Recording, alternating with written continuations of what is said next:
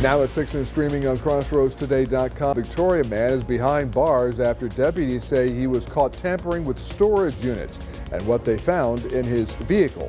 Flu cases are climbing fast in the Crossroads and doctors warn it could get worse. And a Texas official wants to protect farmland from development. The new proposal coming up.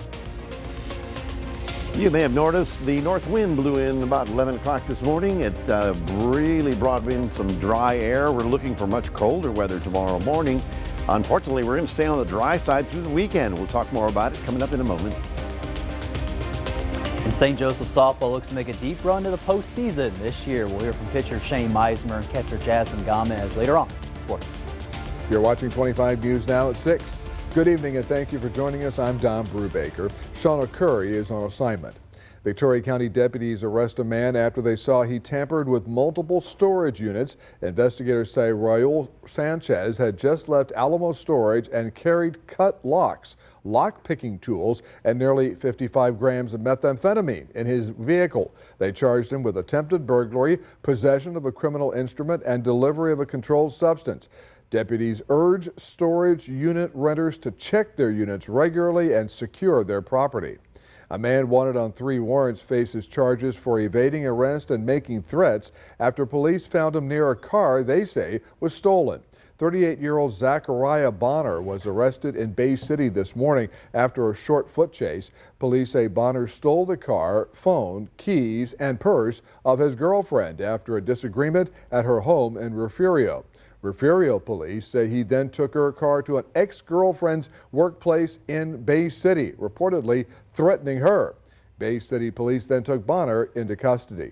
The routine traffic stop in Jackson County led to the arrest of 2 people and the seizure of almost 1,400 Xanax pills, more than 2 pounds of methamphetamine, and half a pound of cocaine. Texas DPS troopers made the stop on U.S. Highway 59 early Tuesday. A Lavaca County man received the maximum 20-year sentence in a theft case. Prosecutors say Pascual Hernandez Jr. pleaded guilty to stealing about $37,000 from several Lavaca County residents. Officials say he refused to repay any of the money.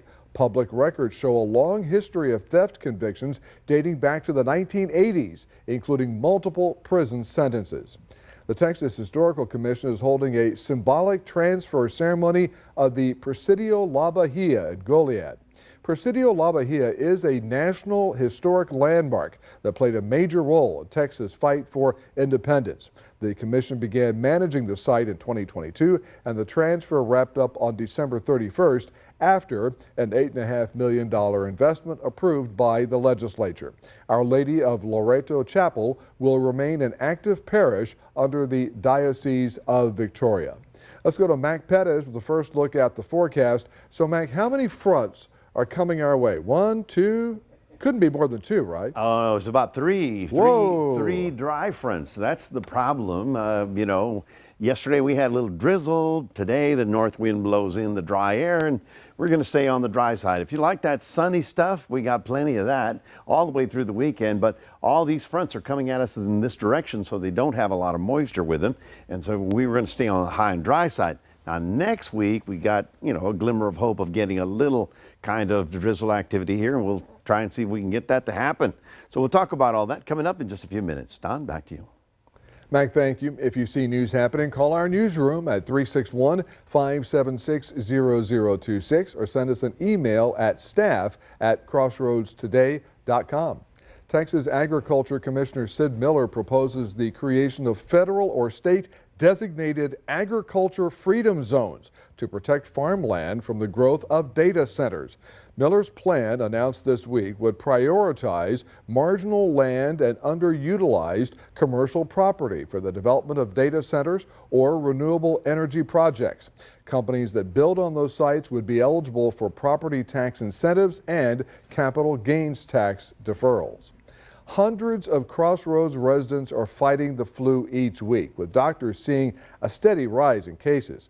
25 News Now reporter Ray Mosley reports on what to do to lower your chance of getting sick. Local doctors report more than 500 people in the Crossroads were diagnosed with the flu during the month of December. DTAR healthcare officials say they expect to see the number of cases rise if people aren't covering their mouths, washing their hands, or properly cleaning high-touch surfaces like door handles. It is going to continue to spread as long as two things happening, that we're not getting our tests to see exactly what it is and then treating it. And if you're carrying the flu or RSV or strep, some of these are just very easy to share with others, especially if you work in tight spaces. So it's just very important to, number one, determine what it is, and then to treat it appropriately to contain the spread. At Citizens Medical Center, patients are testing positive for the flu at an average of more than one a day. Doctors say if you're sick, stay away from others and take measures to protect your immune system. Well, I think if more people were vaccinated, we'd have less circulating flu in the community, and there would be less people infected. Both McNeil and Weatherly say it's not too late to get a flu shot. If you need one, they encourage you to visit a walk-in clinic or your primary care doctor. Ray Mosley, KAVU-TV, 25 News Now. If you're a Verizon wireless customer, you likely had some connection issues today. Those issues impacted the ability to make calls and access the network nationwide, including 911 service in some areas. Officials say to use a device from a different carrier, use a landline, or go to police or a fire station if you have an emergency. Verizon says it's working to resolve the problem. Expect a slower drive on John Stockbauer Drive over the next couple of weeks. Crews are repaving the road between Airline Road and Ben Jordan Street through January 23rd, weather permitting. Traffic will stay open in both directions, but drivers should be ready for lane shifts and use extra caution in the work zone. The work is part of the city's 2025 mill and overlay project aimed at smoother, safer roads ahead. Here's some of the top headlines in the Port Lavaca Wave. Conservation groups buy 3,000 acres of coastal ranch area near Port O'Connor for the crane population. And Port Lavaca and Calhoun County respond to increased holiday trash during the Christmas and New Year's Eve holiday period. The EPA reports holiday waste rises by about 25% during the holidays. To read these stories and more, go to portlavacawave.com. Remember to subscribe to our YouTube channel, Crossroads Today. Hit the like button and click the notification bell. Then you can see Crossroads Today on YouTube.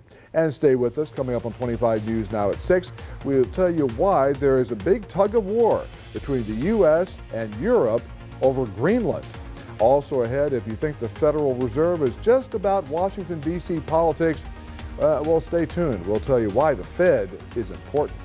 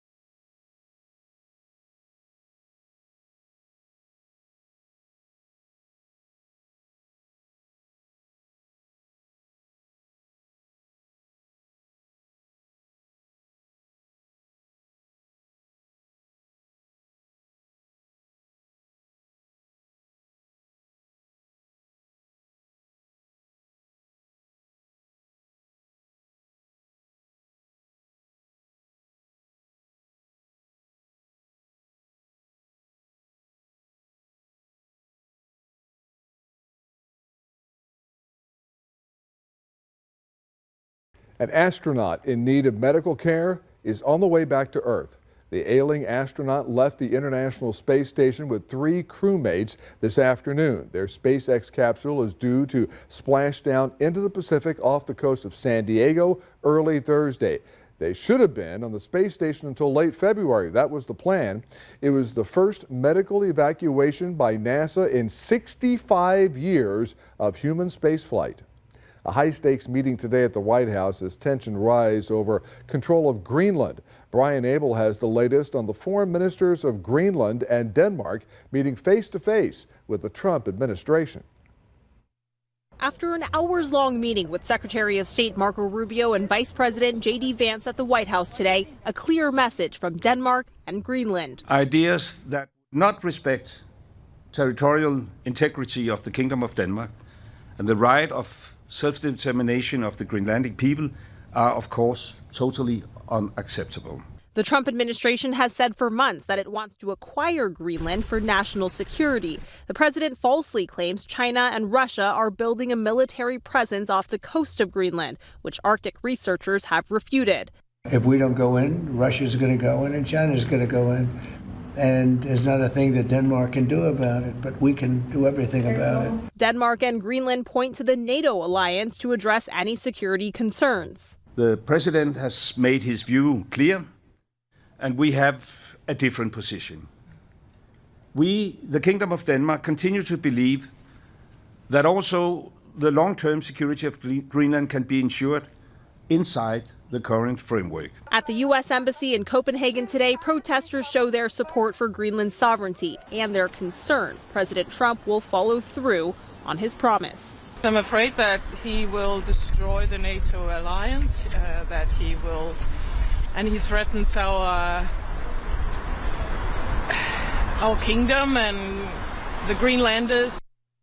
The Danish Ministry of Defense today announced a joint NATO effort to expand the military presence in and around Greenland. That effort also includes officers from Sweden. Christiane Cordero, ABC News, Washington. The National Transportation Safety Board says Boeing warned plane owners in 2011 about a flaw in the part that failed and contributed to the engine flying off a UPS plane before it crashed and killed 15 in November. But at that point, the plane manufacturer did not believe it threatened safety. 3 pilots and 12 people on the ground died as a result of the fiery crash in Louisville. The left engine flew off the wing as the plane rolled down the runway. The Federal Reserve has long shaped the U.S. economy while staying insulated from politics. But the latest clash between President Trump and Fed Chair Jerome Powell could affect American households. Karen Kafa explains why the Fed matters to your money. We have a bad Fed chairman. President Donald Trump at odds for months with Federal Reserve Chairman Jerome Powell, who revealed on Sunday he's under criminal investigation by Trump's Justice Department. The threat of criminal charges is a consequence of the Federal Reserve setting interest rates based on our best assessment of what will serve the public, rather than following the preferences of the president. Trump has denied involvement in the Powell probe, but for decades, Federal Reserve chairs have insulated the central bank from politics, and economists broadly agree that's a healthy necessity. It's really important to say that these people are not political. They really want to act in the best interest of the economy. Because Fed policy decisions trickle down to every American household, from the price of groceries to mortgage rates. Through monetary policy or influencing rates across the economy, the Fed helps keep inflation under control and the labor market healthy. The way that people feel this in their household is generally in the interest rates they pay on credit and loans. And NerdWallet senior economist Elizabeth Renter says short-term economic gains from cutting rates can reverse in the long run. More hiring, higher economic growth, and these things are especially attractive during an election year. But over time, these lower rates can overheat the economy, leading to that higher and higher inflation. In the current climate, some Fed observers believe the central bank could pause on rate cuts to avoid the perception of political influence. In Washington, I'm Karen Kafa. To get more news, weather, and sports, come to our website, crossroadstoday.com. And here are some of the top headlines in the Quail Record. Primary early voting in DeWitt County starts February 17th. There will be 9 DeWitt County offices, along with state and federal offices, on the March 3rd primary election ballot this year in DeWitt County. And Quail Regional Hospital welcomes the first baby of 2026. Cameron Dallas Ibarbo was born on January 7th. Weighing 8 pounds and 5 ounces and measuring 20.5 inches long. To read these stories and more, visit DeWittCountyToday.com. Well, good evening, everyone. We're looking at 64 degrees right now. You might have noticed that the north wind kicked in not early this morning, about 10 or 11 o'clock, depending on where you were standing, and it's been rather breezy. That has brought some dry air to the region, which is good. It's going to give us some sunshine for the next couple of days and some cold weather for tomorrow morning. We managed to get up to 73 today, 43 the overnight low. We're going to be, shall we say, right there for the next couple of days. The thing is, it's very dry air, and that is what, concerns me. We need to get something that looks like rain going around here. We'll take a look at your weekend coming up in a moment.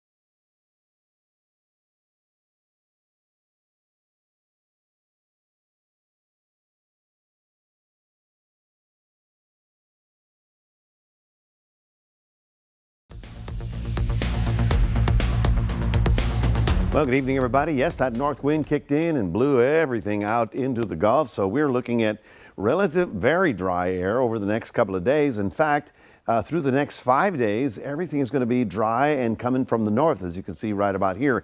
So our temperatures will stay January-like, but our low humidity will make the night times rather chilly and the daytimes are fairly comfortable.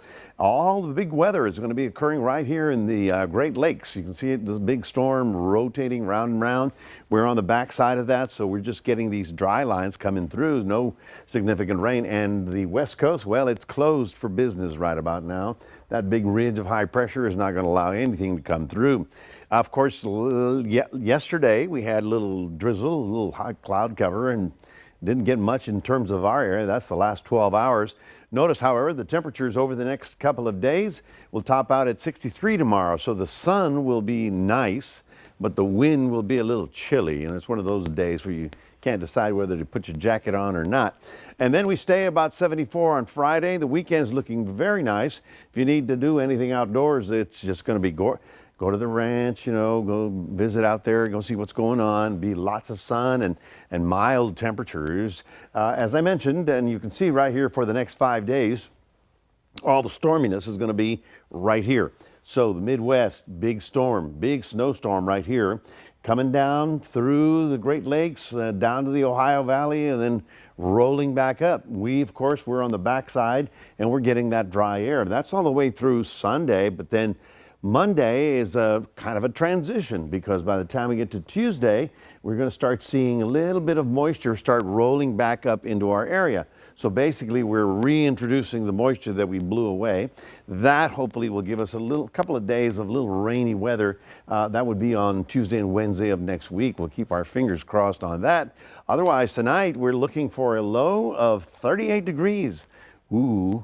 You might need a blanket or at least socks on that one. You know, it's going to be rather chilly. And 37 in the Cuero area, 40 in San Antonio, 41 down in Refugio. But tomorrow with the sunshine, we'll get up into the low 60s and it'll be very comfortable. Kind of a pretty day coming up. Only thing is it stays on the dry side.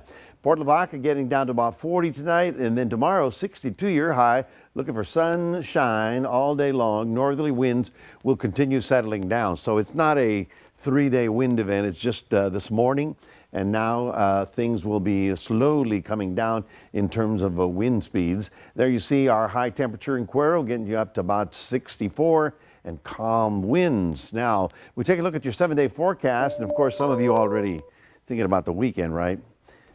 Is there anybody that hasn't brought down the Christmas decorations? That's the question mark. We're looking at a good-looking Thursday and Friday, and then Saturday, Sunday's looking very nice. Lots of sun, cool weather. Right about here. Now, this is good news for MLK Day. We're looking for a few clouds, a sprinkle or two possible, but we're looking at a high of 68. So that's reasonable temperature for the March. And then after that, Tuesday, Wednesday, with a little luck, we'll get some kind of cloud cover and maybe a little drizzle around the crossroads. That's your 7-day forecast. Reminding everybody, we do have a QR code. Love for you to scan that. Put Crossroads Today on your phone. Don, back to you. Thank you, Mac. And Sports Director Max Williams is here to remind us how great the area high school volleyball season was here. I was going to say, Don, Goliad and Shiner Volleyball have got a lot of honors here that we've talked about here in sports, and they're just keep piling up more and more. I'm going to tell you what type of these honors they won tonight. That's next at Sports.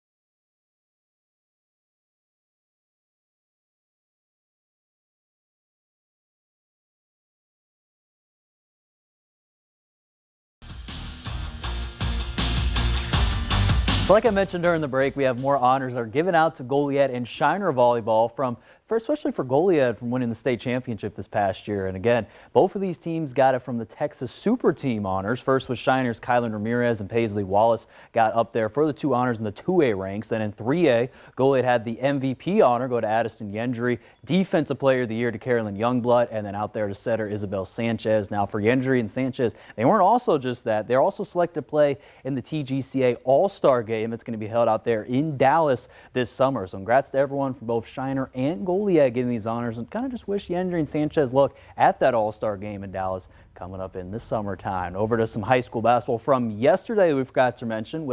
I was at this game with Hallettsville boys basketball facing Industrial boys team. This game was very close at the beginning, but Industrial would pull away, getting the victory here 43-29. Really wanted to shout out the Industrial senior Gasai Lopez. He surpassed 1,000 points last night. We had a couple people get that 1,000-point mark, and he's up there as well for Lopez. And Industrial now is 4-0 in district, and they're going to be hosting Edna there Friday night, while Hallettsville looks to bounce back on the road at Palacios. Now on Monday night, I highlighted the full St. Joseph Lady Flyers softball schedule as they look to get revenge from their state championship loss last year to Hyde Park. Well, earlier today I caught up with their media day that was held earlier at kind of a complex, and I had a chance to talk with Shane Miser and Jasmine Gomez about how they felt, because they both play summer ball, how that kind of translates over to this season coming up. Now I think I've definitely grown as a pitcher. I've played against some good competition in travel ball, so I think that has really helped me grow, and I think it'll help me do really good in high school ball. Like as a person, you know, mentally, and then also physically as like a batter, going against all these like really good pitchers. And so yeah, it'll definitely help me out as a batter. Now again, having that summer fall ball experience is going to be an advantage for both Meisner and Gomez, and also their both pitcher and catcher dynamic that they've had has been very good as well from the past couple years. So they're hoping that chemistry can lead out to be a great season for Lady Flyers out there for 2026. Now over to Coastal Christian High School cheer team, which over the winter break I highlighted that they're going to be at the FCC Nationals out there in Orlando. Well, they came back and they won some hardware. They got first, second, and fourth place finishes out there, and the cheer team had a chance to showcase all their medals and trophies out there earlier today. And so I caught up with them, kind of getting a word from their head coach Rhea Russell and Victoria's own Autumn Lowry about how it felt bringing back that elusive hardware. It feels surreal. I was asked to come on to the organization last year, and it being my first year, I was a little bit overwhelmed. I have cheered my entire life. I started cheering when I was 4. I cheered all the way through college, but really having that mentorship role that my coaches had for me for these kids has given it a different spin on what I'm enjoying about cheer now. Nervous at first, but I feel like we had a lot of good preparation going into it. I felt really good about it once we actually got there and stuff. All the nerves kind of just went away. Now, Coach Russell also highlighted how this team has been doing a lot of different routines, and that very paid off there at Nationals and got some big-time honors. And now tune in later tonight for 25 News Now Sports. We're going to hear from 2 other cheerleaders from the team and see how they felt getting back the gold. Now, staying in the cheerleader area, because UIL tomorrow will have the state spirit competition held at Fort Worth, Texas. Some of our local teams will be competing out in the 2A ranks with Ganado, Refugio, and Yorktown. Then in the 3A ranks, we have Industrial, Hallettsville, Edna, Palacios, and Yoakum. And then in the 4A ranks, we just have the Cuero that are competing. So congrats to all these teams, because competition play is going to start early in the morning and going into the rest of the whole evening, and some teams will play on Friday. So throughout this whole next couple days, we'll give you those placements for some of the top teams who did very well there through the rest of the way. That's going to do it here in sports. Don, back to you. Thank you, Max, and best of luck to all those cheerleaders. We're back in a moment. We'll have a construction update on what is planned to be the tallest church in the world.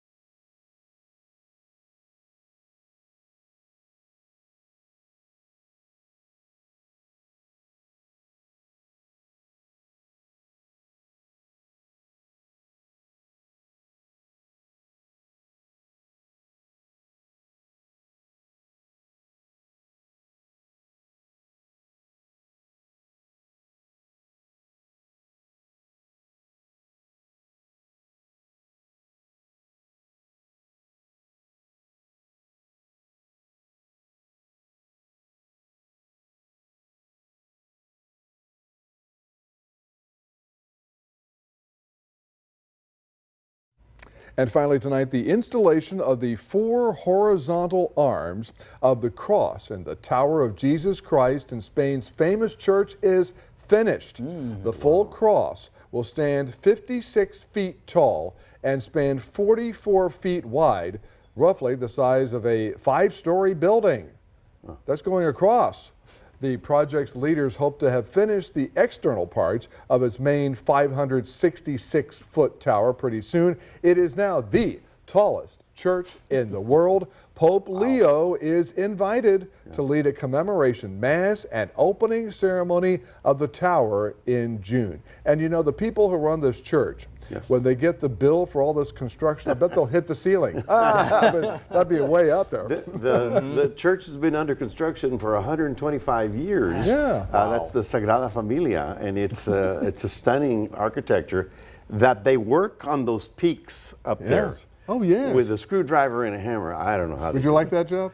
No. I like to look at it. It's quite stunning. Anyway, folks, we've got dry air in the area. That's going to make it clear and cold for tomorrow morning, down to about 38. But a beautiful day, lots of sun, and a high of only 63.